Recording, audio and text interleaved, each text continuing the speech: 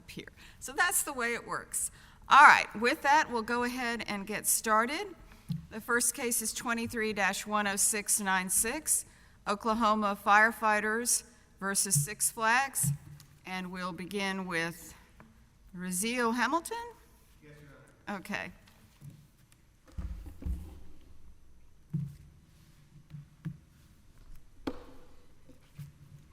Thank you so much. May it please the court, my name is John Rizio-Hamilton, and I represent the lead plaintiff, Oklahoma Firefighters, and the proposed intervener, Key West Fire and Police. The district court's decision should be reversed for two reasons. First, because the district court wrongly concluded that Oklahoma lacked Article III standing. And second, because even if Oklahoma did lack Article III standing, Key West should have been permitted to enter the litigation as a named plaintiff either by way of amendment or intervention. And I'll begin with the first point on standing because it is actually completely dispositive of everything before the court today. The basis for the district court's erroneous standing determination was its incorrect conclusion that this court had previously held in its prior opinion in this case, that the entire truth about all of defendants' misstatements and omissions was fully revealed to the market. What is the biggest thing that was not admitted in October that was important to your client getting the stocks? So I think it was the fact that Riverside's financial condition was so dire that it was, in fact, completely incapable of making any meaningful progress whatsoever on the parks and completing them. And that is what was later revealed in January and February, and what was not revealed in the October disclosure, Your Honor. And there are many, many pled facts in the complaint that establish how material that information was. For instance, on January 10th, 2020, after the October disclosure that the district court found had completely cured the market, defendants disclosed that Riverside had defaulted and that as a consequence, the very existence of the parks was in jeopardy. And then in February 20th, 2020, defendants further disclosed that Riverside couldn't cure its default and that as a result, the projects were abandoned entirely. It is one thing to say, as the company said in October of 2019, that the timeline is likely to slip somewhat. It is completely another thing to say that our partner that we're relying on to construct these facilities is incapable of it and the projects must be abandoned entirely. This information is qualitatively different than what was disclosed earlier in October, and the market reaction to this information confirms that it was new and highly material and caused losses that were compensable under the securities laws. When had the market fully adjusted? As of February 20th, 2020, close of trading. The February announcement was made pre-market on the 20th, and that day, once trading opened, the stock price declined 16%. And that was the ultimate adjustment in the stock price. And significantly, this court, in multiple prior decisions, has in fact emphasized that securities fraud claims may be brought on the theory that there was a series of partial disclosures that caused the stock price deflation at the end. When you say we've done that multiple times, yes. Is the lead authority the Lombard case? The Lorman case, Your Honor, is what I would say is the lead authority at pages 2. Lorman, I'm sorry. The Lorman case, yes, Your Honor. And does that authority say full and final? Is that really the magic language? There can be a partial trickling of disclosures, but we're looking for the, quote, full and final? What the case says, and the language that I typically focus on for this purpose is that the claims may be pleaded on the theory, and I'm quoting here, that the truth, it uses the word the truth, gradually emerged through a series of partial disclosures, and that an entire series of disclosures caused the stock price deflation. And that's at pages 260 to 261. It was the same concept in Amedisys 5 years later, Your Honor. Is that, in your view, something the jury has to take a look at? So when a class period ends, that is, when the full truth is completely revealed and the market has had an adequate amount of time to fully ingest the bad news into the stock price, is typically a question of fact. And it is one that is resolved in securities fraud cases across the country through the use of detailed fact and expert evidence. Typically, the kind of evidence that one has to see here. Did we identify any fraudulent statement after October of 2019? The last fraudulent statement that the court identified occurred in July, but 2 points on that, Your Honor. I mean, therefore, it looks like their inference was, well, that is the very last one, and whether we use language of tempered versus corrected versus disclosed, at that point, there was no more fraud. Impliedly, there was disclosure and the market knew. So that's not correct, because it conflates two distinct concepts. And the court recognized this in Lorman. I'll get to it in a minute. But the concepts are, when the defendant makes the last false statement is not the same as when the class period ends. The class period ends at a later point in time because the class period end date occurs only when the truth has been fully disclosed and the market has had time to ingest that into the stock price. Now, all those lies were not corrected except for a little piece in October. That's exactly right. Before your client bought the stock. That's exactly correct. The lies had stopped by the time they bought the stock, but they remained live in the market and present in the stock price because they had not been corrected fully until February. And Lorman is a great example of this, but on the language and the facts. So if you, page 265 of Lorman, this court stated that loss causation may be pleaded by alleging that defendants omitted material facts in their public statements, which falsely inflated the stock values, just as we alleged here, and that the subsequent, and that's Lorman's terminology, the subsequent public relation of the truth, concealed or misrepresented by defendants, caused the stock price decline and plaintiff's consequent economic loss. That's precisely what we're alleging here, and precisely what we're saying on this appeal. What if they'd said, we can't open any of the parks in China? And they don't say, because we don't have the money, the construction has stopped. So if right? Wouldn't the corollary of we can't open them be any of the flaws that have been misstated before? So if they had said in October, we can't open the parks, we're calling them off, basically, yeah. I agree. We'd probably have no case, okay?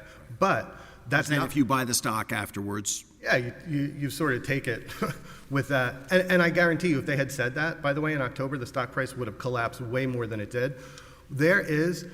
so again, the stock price collapsed an additional 18% in January, an additional 16%. What I'm saying is there's a difference between, it'll take a little longer to, forget China. Right. Those two things are completely different in kind. And also the economic value of them is completely different. And in fact... As was demonstrated by what you said in January. Yeah, and when you look at the analyst reaction, and I really want to make sure I go through this because it's really important. These are highly sophisticated securities analysts who have no dog in this fight whatsoever, whose job is to follow this company and report on it. This is what they said after the January disclosure, okay? So they already know for months now what's been disclosed in October. Wedbush downgraded the stock, affirmatively changed their view on the stock, and wrote, management continued to tell anybody that would listen until very recently that incremental projects in China were likely. They further wrote, 2020 was expected to mark the next step in the evolution of Six Flags' international strategy. If all the information, all the truth had been disclosed in October, Wedbush would not have written that and thought that. And then in February, we see additional similar analyst reaction from the firm Janney, which wrote, quote, we didn't think it could get worse, but it just did. And we also see William Blair writing, the second shoe finally dropped. So we're seeing new material information be disclosed in January and February. We're seeing the stock price crater as a result of that. And we're seeing analysts issue these statements, all of which demonstrates that the full truth had not been revealed in October. Let me ask you, I want to ask about the intervention. I realize we don't get to that if we end up agreeing with you all on this, but challenge all assumptions, so let's turn to the intervention. It seems to me that it was the district court that appointed you all as the lead plaintiff. Does that make a difference in analyzing, what about these other folks that are in the putative class? So it does, and I think the difference favors us because we were appointed lead plaintiff, that is Oklahoma Firefighters, under the PSLRA of 1995, which is a statute that empowers the lead plaintiff to act for the class as a whole. And, you know, ever since that statute has been passed, one of the things that the lead plaintiff has done and that courts have widely recognized, it not only has the authority to do, but it's supposed to do because it's acting as a fiduciary duty for the class, is to propose additional class representatives if and when its standing is ever called into question, or if and when its trading is called into question, not on the basis of standing, but on the basis of adequacy or typicality under Rule 23 at the class certification stage. And so lead plaintiffs do this routinely. So that was the reason you wanted Key West. Right. We thought that. And there's no question there's still a putative class. Correct. So there's. The judge never threw it out, just threw out the whole case. The judge, right, never denied. Class. Okay. That's right, never denied class certification. And, you know, this court's decision in Silva v. Val from 1980, I believe, it tells us exactly what the district court was supposed to do here. In Silva v. Val, there were multiple named plaintiffs. It was a putative class action, had not yet been certified, and the district court hadn't even held a class certification hearing yet. And due to a change in a statute, all of the named plaintiffs lost their standing. And the district court nevertheless proceeded on to the merits to decide the merits, and defendants appealed to this court. And this court said the district court erred in going on to the merits when there were serious questions about the named plaintiff's standing and what it should have done. And this court specifically remanded with this instruction. What it should have done is allowed for intervention of named plaintiffs who inarguably had standing. And what we submit is that if the district court had concerns about Oklahoma firefighter standing, we don't think those concerns are valid, but if it had them, the proper course under Silva v. Val was to allow intervention by a named plaintiff that had A, affirmatively stepped forward into what was then very much a live litigation, and B. Let me ask you. Yes, Your Honor. I was not on the prior panel. What specific date do you contend that the fraud had been fully revealed by Six Flags? When did the class period end? The class period terminates February 20th, 2020, with the pre-market announcement that the projects had been abandoned. And I would say, you know, this court has previously recognized that that precise kind of disclosure can serve as a corrective disclosure in a securities fraud case. In the Pittsburgh case, it was the abandonment of an oil well that closed the class period. And this court very specifically held that the abandonment of that project sufficed to plead loss causation for the purposes of a Section 10B claim. Moving back to Your Honor's question about intervention, you know, we had a situation here where the district court had concerns about standing, regardless of whether we disagree with those concerns. The proper course under Silva v. Val was to allow a named plaintiff to intervene. In fact, a putative class member affirmatively came forward in the litigation seeking to do just that prior to dismissal and way before the deadline for class certification to be filed. And who unquestionably had standing because they purchased stock from as far back as June or July of 2018, very early in the class period. And he nevertheless denied their intervention. And I think the principal basis on which he denied it was that Summit Office Park, this court's decision in that case in 1981, somehow precludes it. But that's absolutely not what Summit Office Park says. In Summit Office Park, this court was faced with a situation where the original plaintiff lost standing because the Supreme Court decision said that plaintiffs of that type can't even sue under that particular statute. So what that plaintiff tried to do was, by way of amendment, substitute in an entirely new class that consisted of completely different kinds of plaintiffs that had nothing in common with the original class, bring an entirely new claim on their behalf that had never been asserted in the previous litigation, and change the named plaintiff. And the court was crystal clear that these were the essential bases of its decision. On page 1282 of the case, it says, "We hold only that where a plaintiff never had standing to assert a claim against the defendants, it doesn't have standing to amend the complaint by substituting new plaintiffs, a new class, and a new cause of action."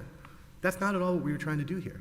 Key West came in to assert the exact same cause of action on behalf of the exact same class that had been asserted in the original complaint.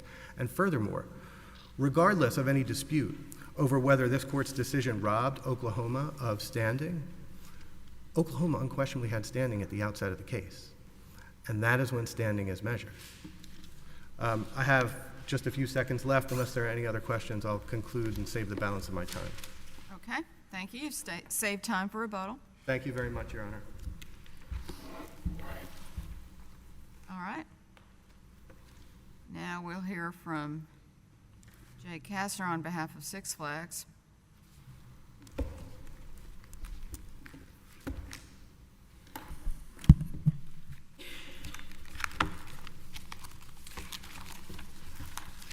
Good morning, Your Honors.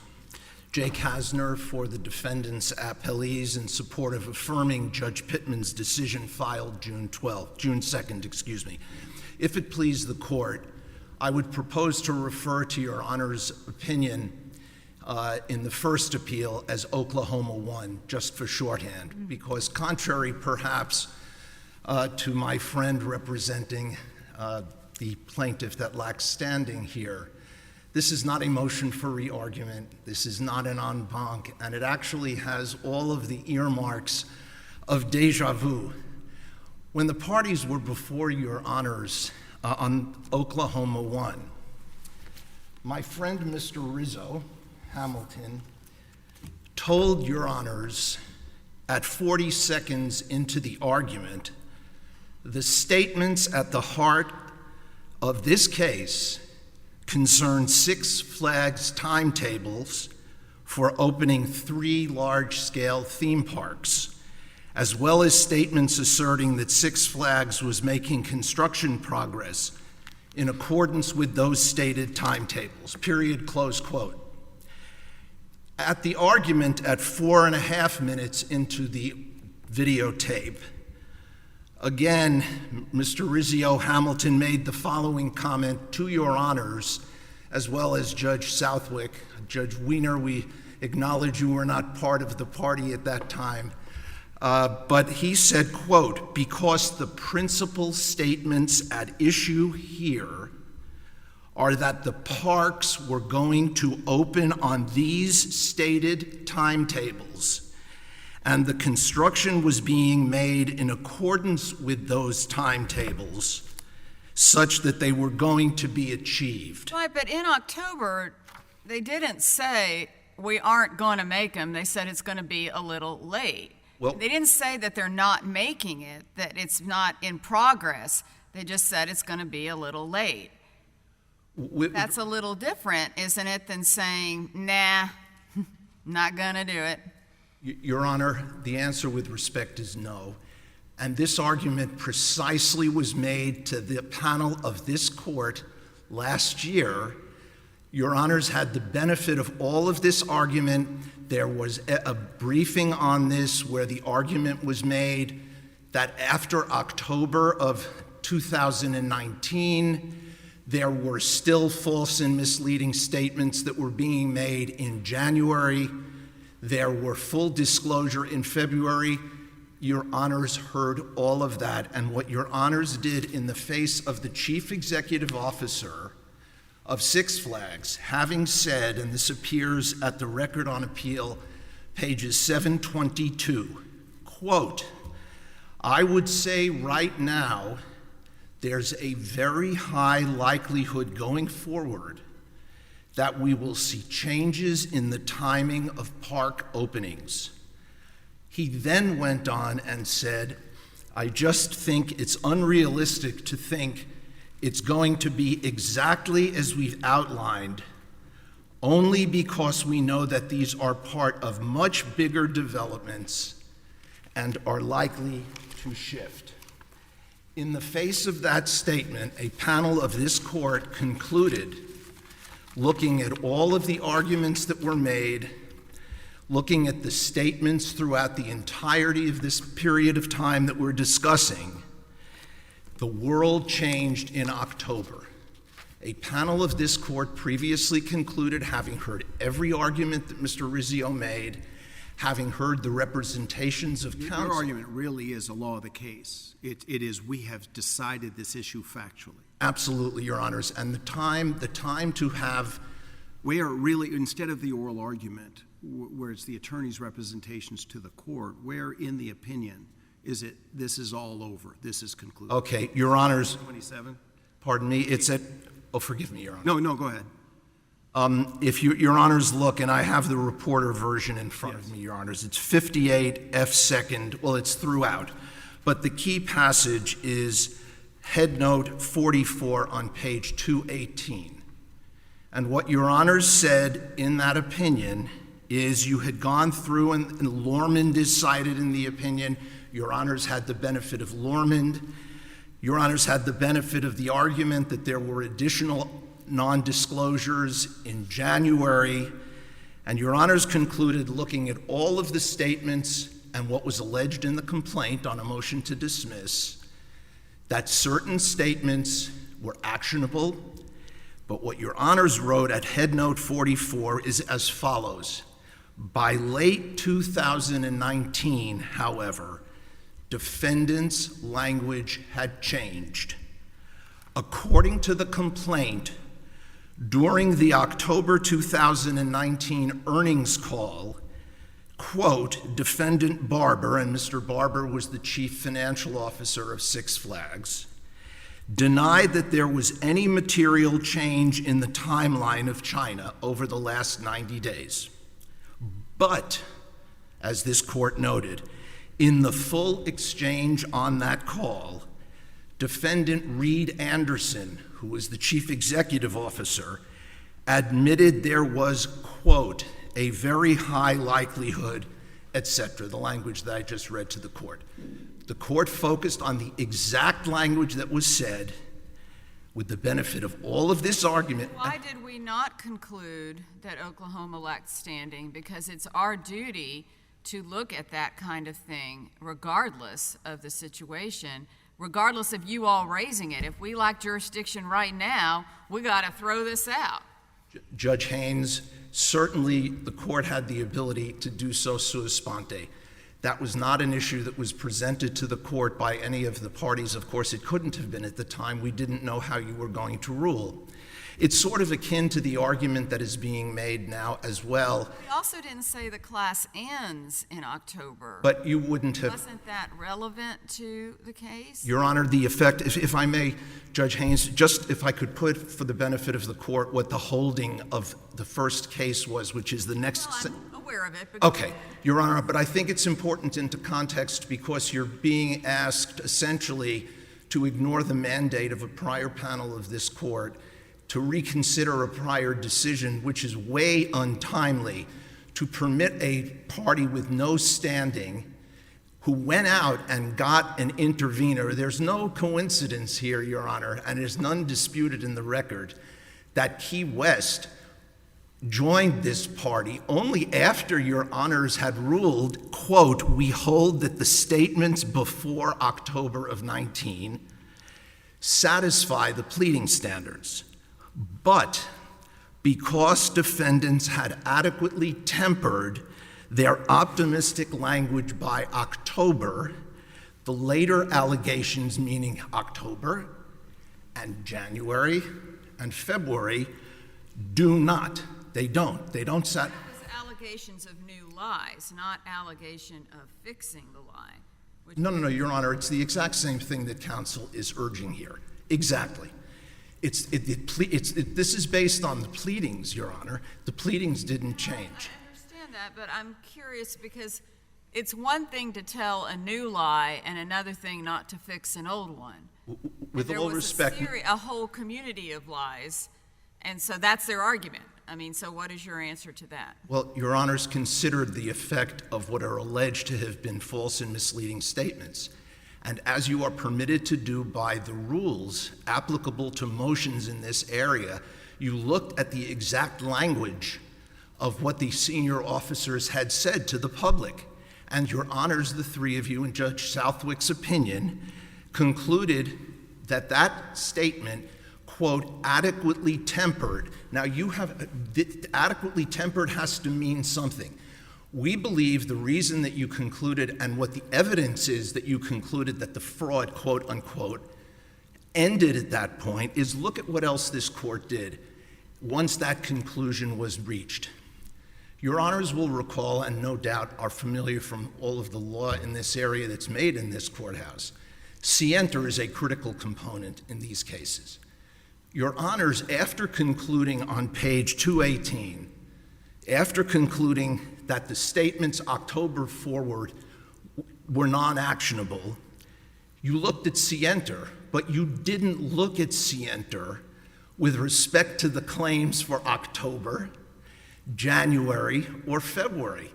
The inference for that is inescapable. The reason that you didn't look is you didn't have to, because you had concluded as a panel of this court that the language of Mr. Reed Anderson, the chief executive officer, had, quote, adequately tempered the prior statements. There was no fraud anymore. Whether your honors now, with all respect, the time to have come and said, whoa, wait a minute. Does it turn on that, had adequately tempered the prior statements or adequately tempered future expectations? Judge Higginson, in the opinion at 218, the language is, quote, had adequately tempered their optimistic language, meaning the optimistic language historically. So do you, just so I understand, Sure. legally, you do accept Lormond, and you do accept there's a distinction between a first correction, if there were a series, and a full and final revealing the truth is out, market corrects? No question. You do accept the distinction. No You're just saying here the market was fully informed and corrected as of October 2019? I'm not. Or you're saying we said that? Honors, with respect, I believe this panel said that. And again, Then what about the response to the arguments just made that in fact we can tell the correction wasn't happening until the next year? Your Honors, the Supreme Court in the Dura case, Justice Breyer, has had an answer to that, as has the court in the SAIC case, which we cite in our papers. That case, just for a moment, because it bears on a question that Judge Haynes had asked, there is an argument being made by my friend on the other side that this court did not say that the original class period would continue. And similar to Your Honor's question, in the SAIC case, which is in our papers, the district court dismissed a complaint in this area completely. The case then went up on appeal to the Second Circuit. The Second Circuit concluded that one of the two misstatements that the district court had dismissed was actionable. The other was not. The mandate issued, consistent with the holding and the mandate of that court, the district court said, well, then the class period has shortened because of the statements by the court that some of these disclosures were actionable, some are not. In the course of that decision, the plaintiff representing the investors there, as here, argued, well, wait a minute, the stock price dropped, similar to Judge Haynes's question, the stock price dropped here in January or in February, that has to be due to something. What the district court in the SAIC case in the Southern District of New York and what Judge Breyer in the Dura Pharmaceuticals case from the Supreme Court both recognize stocks drop based on the announcement of negative information. That doesn't necessarily mean that a fraud has been committed. For example, in this case, Your Honors concluded— Isn't that more factual? It's not, Your Honor, because counsel is speculating to the court that the reason for the January and the February stock drop was causative because of things that the company had said. This court has already— Some more things in January and February. That was pretty huge, and what he quoted was pretty huge. Does that not matter? It doesn't matter, Your Honor. This court— What case do we have? I very much appreciate the Second Circuit, but I'm not bound by it. What case do we have that says, well, heck, you made this one sentence, you're done, get out of here? Your Honors, this case stands for that. Subsequent, the law of the case. I'm sorry. This case stands for that proposition. This is the law that was made in this case, on this record, on this complaint. The allegations adequately tempered. That has to mean something, Your Honors, because this court distinguished between the prior statements and the subsequent statements. Otherwise, you're not honoring what that opinion says we don't believe. Mind? Let me ask you this, because you're starting to get down in time. I see. On the intervention. Yes, ma'am. So let's assume, arguendo, that we agree with all the stuff you've just said over the last 15 minutes. Then why wouldn't we let Key West in the door? Because it's a putative class. They clearly bought the stock before October. And I'm not talking about amending the petition by the party that lacks standing. I'm talking about intervention by the party that has it. Why not?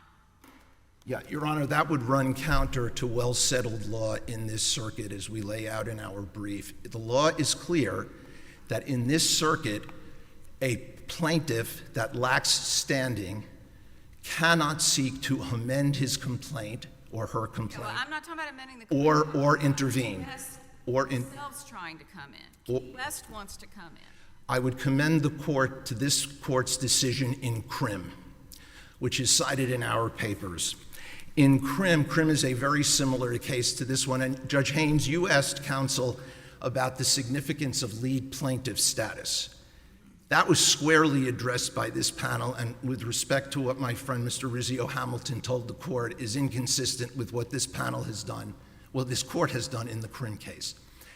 In Krim, which was a securities class action similar to this one, the court concluded that the plaintiffs, the lead plaintiffs who had been appointed, lacked standing. The reason for that had to do with whether or not they had purchased shares in a public offering, which was unique to the claims that were being asserted in that case.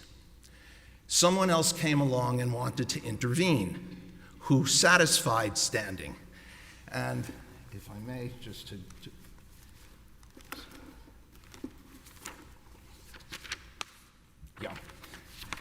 in that case, because it's important that I be, Judge Higginbotham, writing for the panel, said as follows, and it is significant, Your Honor, that in this case, no motion for class certification has yet been made.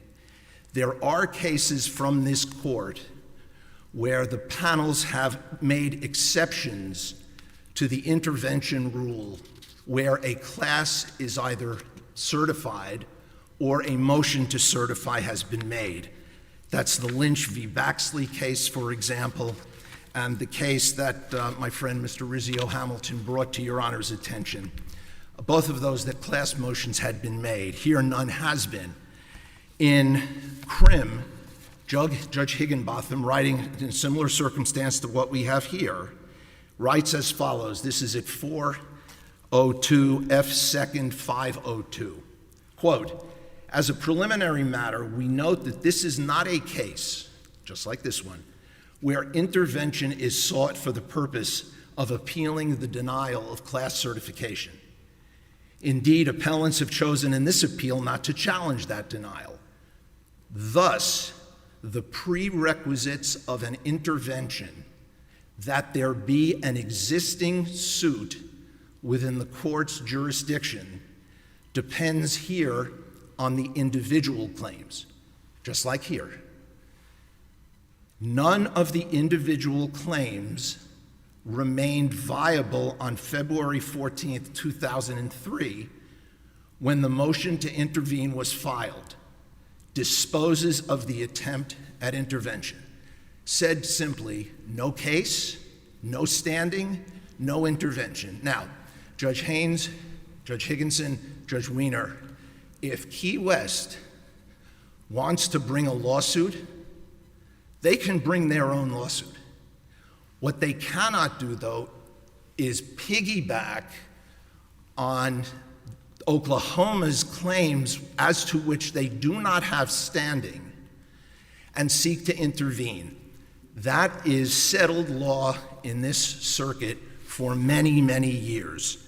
The Summit case is one, the Entmt case is another, and the Krim case by Judge Higginbotham in 2005 of recent vintage is on all fours. I see I have 29 seconds. Oh, the one thing I would mention, please, in the context of the standing analysis, there are 3 cases on which we rely principally that we think dictate the outcome here, starting with the Supreme Court of Basic v. Levinson, then going to the First Circuit opinion in Summa 4, in which the circuit said if, may I just finish with the 2 citations, please?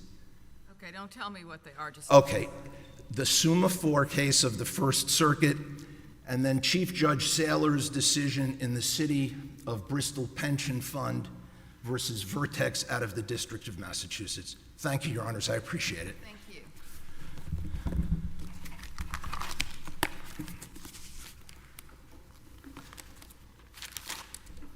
All right, we'll hear the rebuttal. Thank you very much, Your Honor. So a couple of points. Let me start with this law of the case concept, because the heart of their argument is that this court has already terminated the class period on October 23rd. That is not so.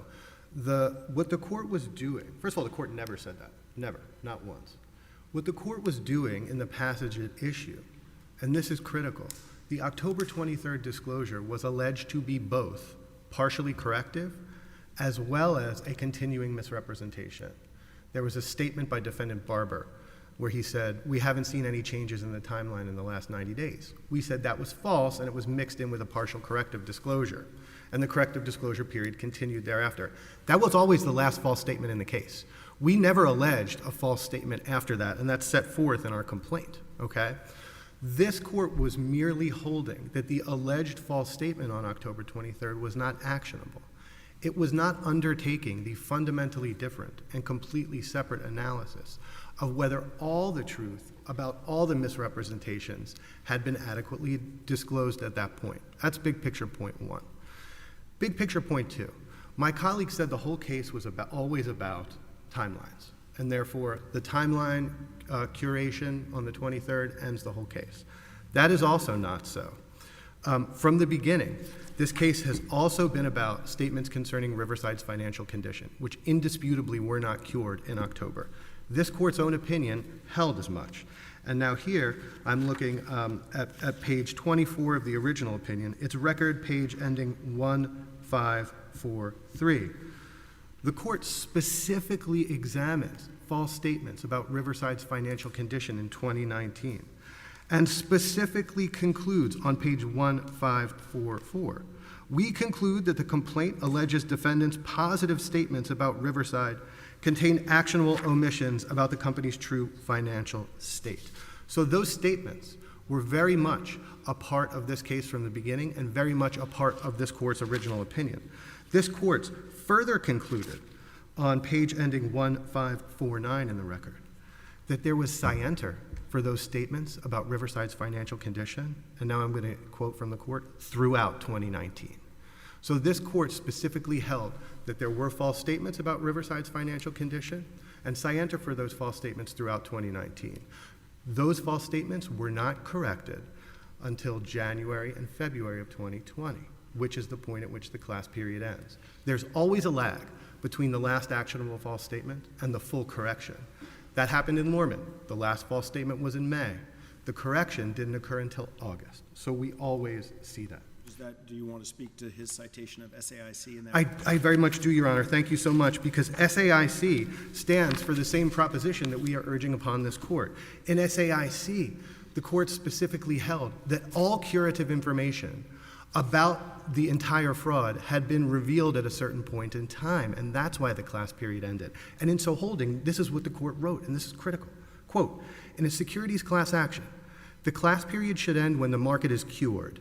That is, when the full truth has been disclosed to the market and the natural market forces have had a reasonable period of time to receive, digest, and reflect the bad news in the market price of the security. That's at page *4 of the SDNY decision that they're relying so heavily on. This is an ignorant conceptual question, but I thought the sort of market efficient theory was it's corrected the minute We assume the market corrects immediately upon the last miscorrection. Upon the very last. Flag notion. Because sometimes courts have held that there could be like a 2-day trading window. Sometimes the information is very complex. Sometimes it's disclosed in kind of a murky half measure, and the market needs an extra day or two to fully absorb it. We do not allege that in this case. We allege the last disclosure was pre-market on the 20th, fully impounded by the end of the day. Two very other quick points. Footnote 2 of this court's prior opinion specifically says that the parties, both parties assert the class period is from April 2018 through February 20th, 2020. If the court was going to change that, it probably would have said so.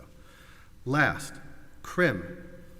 My colleague relied heavily on CRIM for the standing point, but that case is completely an opposite. In CRIM, and this was essential to the court's analysis, there had been a class certification motion, and it was denied.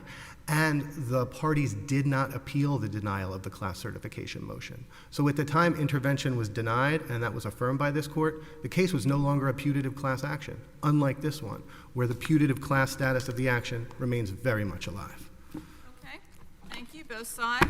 Nice Thank to you very see you much. all again. Good to see you. And this case is now under submission.